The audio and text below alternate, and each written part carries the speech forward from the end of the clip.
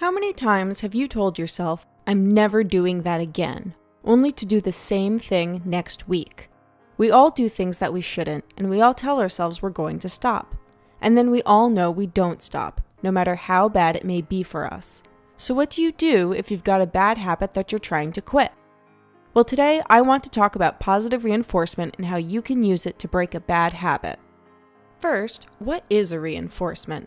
In psychology, there are punishments and reinforcements. Punishments, both positive and negative, are used to decrease a specific behavior, while reinforcements, both positive or negative, are used to increase a specific behavior. While both methods will affect behavior, punishments can sometimes produce other negative side effects, which is why I like to use reinforcement when I'm working on developing or breaking a habit of my own, and research suggests reinforcement is more effective as well. A negative reinforcement is when you remove an aversive stimulus to increase a behavior. One example would be as if your boss kept nagging you to finish a report.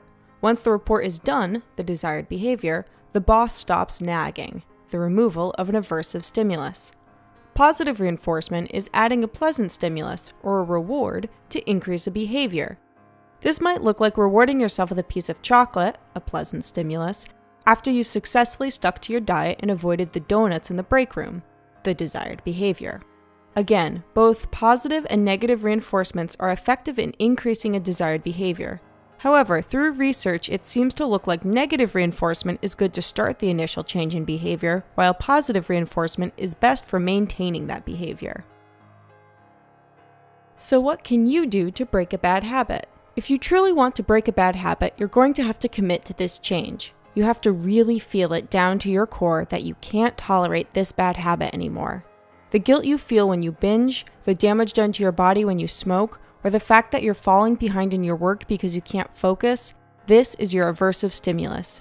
When you can't tolerate that negative feeling anymore, you'll start to make a real effort towards changing.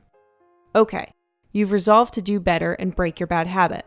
The first thing you need to do is create a plan. When we fall into a habit, there are certain cues that kick our brain into autopilot and we find ourselves smoking or watching TV instead of exercising without even thinking about it. What are the cues that make you want to smoke a cigarette or snack on junk food? Write down those cues. Once you've got your list, create a plan to replace your bad habit with a productive one each time one of your cues pops up.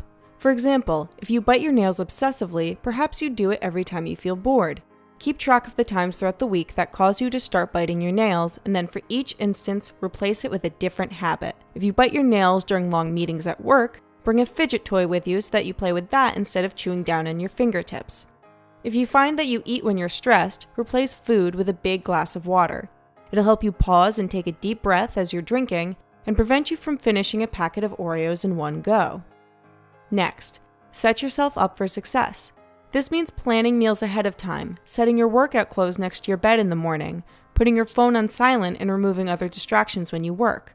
The more you can prepare ahead of time, the easier it'll be to stay on track with your plan.